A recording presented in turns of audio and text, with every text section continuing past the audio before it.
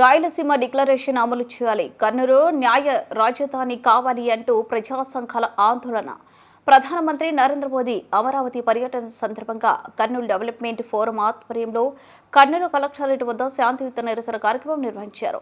ఈ కార్యక్రమంలో కేడీఎఫ్ వ్యవస్థాపకుడు మోహన్, కడింపల్లి ఆర్వీపీఎస్ ప్రతినిధి రవికుమార్, రైతు స్వరాజ్య వేదిక సభ్యులు శేఖర్, పోతుల మరియు ఇతర ప్రజా సంఘాల ప్రతినిధులు పాల్గొన్నారు. వారు ప్రభుత్వం ఎదుట రాయలసీమ డిక్లరేషన్ అమలు చేయాలని, అలాగే కర్నూలు న్యాయ రాజధాని మరియు రెండవ పరిపాలన రాజధానిగా ప్రకటించాలని డిమాండ్ చేశారు. మొట్టమొదటి రాజధాని అయినటువంటి కర్నూలుని విస్మరించి అభివృద్ధి మొత్తము కేంద్రీకృతం చేయడం, కర్నూలుకి అన్యాయం చేయడము, ఓన్లీ ఓర్వకల్ మండలంకి తప్ప మిగతా ఎక్కడ కూడా పశ్చిమ మండలాలలో ఎక్కడ కూడా అభివృద్ధి కార్యక్రమాలు లేక కర్నూలుని ఓన్లీ భూములు లాక్కునే విధంగా ఉండే ప్రాజెక్టులకు మాత్రమే అమలు చేస్తూ ఇక్కడ ఉన్నటువంటి నీటి వసతులు కల్పించడంలో కానీ, లేకపోతే ఉద్యోగాల కల్పనకు సంబంధించిన పరిశ్రమల ఏర్పాటుకు కానీ పూర్తి నిర్లక్ష్యం వహిస్తూ ఈరోజు కర్నూలుని ఓన్లీ ఎలక్షన్లలో ఓటు బ్యాంకుగా వాడుకుంటున్నారు కానీ అభివృద్ధికి విస్మరించడం జరిగింది. దీన్ని నిలదీస్తూ ఈరోజు నరేంద్ర మోడీ గారికి, చంద్రబాబు నాయుడు గారికి, కూటమి ప్రభుత్వానికి విన్నవించుకునేది ఏంటంటే కర్నూలుని ఒక మంచి అభివృద్ధి కేంద్రంగా నిర్మించడానికి ప్రత్యేక చర్యలు తీసుకోవాలి. దాంతోపాటు ప్రత్యేక హోదా ఆంధ్రుల హక్కు, దాన్ని ఇప్పటిదాకా ఇవ్వలేదు, దాన్ని కూడా అమలు చేయాలని నరేంద్ర మోడీ గారిని, చంద్రబాబు గారిని, పవన్ కళ్యాణ్ గారిని ఈరోజు కోరుకోవడం జరుగుతూ ఉంది. ఈరోజు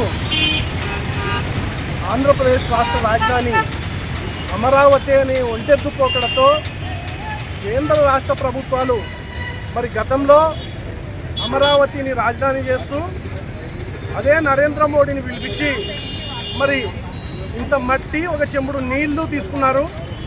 మళ్ళొకసారి కేంద్రం అధికారంలో బీజేపీ పార్టీ ఉంది. అదే బీజేపీ పార్టీ ఈరోజు రాయలసీమ డిక్లరేషన్ పేరుతో ఇదే కర్నూలులో మౌర్య ఇన్ హోటల్లో ఒక పెద్ద మీటింగ్ పెట్టి 21 పాయింట్లతో రాయలసీమకు మేము అధికారంలోకి వస్తే మంచి చేస్తామనేటువంటి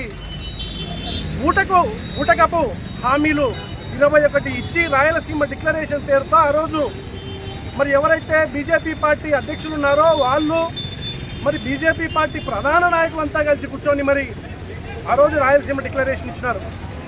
అదేవిధంగా తెలుగుదేశం పార్టీ నారా లోకేష్ గారు, మంత్రి గారు మరి రాయలసీమ మిషన్ పేరుతో రాయలసీమకు అనేకమైనటువంటి హామీలు ఇచ్చినారు.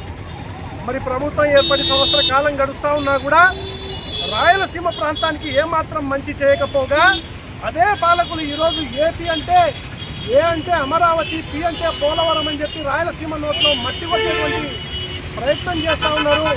మరి ఈరోజు నరేంద్ర మోడీ గారు ఢిల్లీ నుంచి వచ్చి రాయలసీమ అంశాలు ఏమీ ప్రస్తావించకుండా కేవలం ఒక ప్రాంతానికి వంత పాడుతూ మరి ఒక ధోరణితో వెళ్ళేటువంటి ప్రయత్నం చేస్తే మాత్రం రాయలసీమ ప్రాంత ప్రజలుగా ఖచ్చితంగా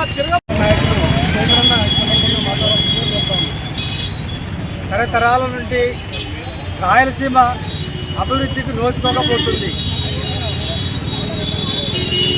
రాయలసీమ ముఖద్వారమైనటువంటి ఈ కర్నూలు జిల్లాలో కరువు విలయతాండం చేస్తుంది.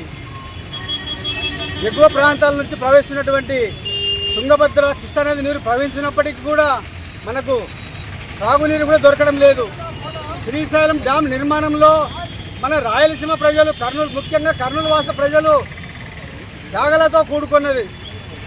వాళ్ళు కొన్ని వందల గ్రామాలను, వేల ఎకరాల భూములను త్యాగం చేసినప్పటికీ కనీసం ఇప్పుడు సాగునీరు కాదు కదా, కనీసం త్రాగునీరు కూడా లేదు. ఈరోజు రాయలసీమ అంటే రత్నాల సీమ అనే వాళ్ళము ఈరోజు కర్నూలు జిల్లాకు వలసల జిల్లాగా పేరు పడిపోయింది.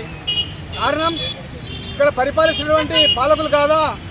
ఈరోజు ఆ పార్టీ ఈ పార్టీ అని చెప్పాము, అన్ని పార్టీలు కూడా రాయలసీమకు, ముఖ్యంగా కర్నూలు జిల్లాకు విస్మరిస్తున్నవి. నేను విన్నవించేది ఒకటి, అధికారము శాశ్వతం కాదు, పనులు మనం చేసేటువంటి పనులే శాశ్వతము. కాబట్టి ఇప్పటికీ కర్నూలు జిల్లాలో రాష్ట్రంలోనే ఎక్కువ శాతం రైతులు ఆత్మహత్య చేసుకుంటున్నారు. అన్నం పెట్టి అన్నదాత ఆత్మహత్యలు పాలవుతున్నాడు. దీనికి కారణం పాలకులు కాదా? కనీసం ఇప్పుడైనా మీరు ఈ రాయలసీమ ఉన్నటువంటి నాయకులే విస్మరిస్తున్నారు. కాబట్టి ఇప్పుడైనా మీరు కర్నూలుకి ప్రాజెక్టులు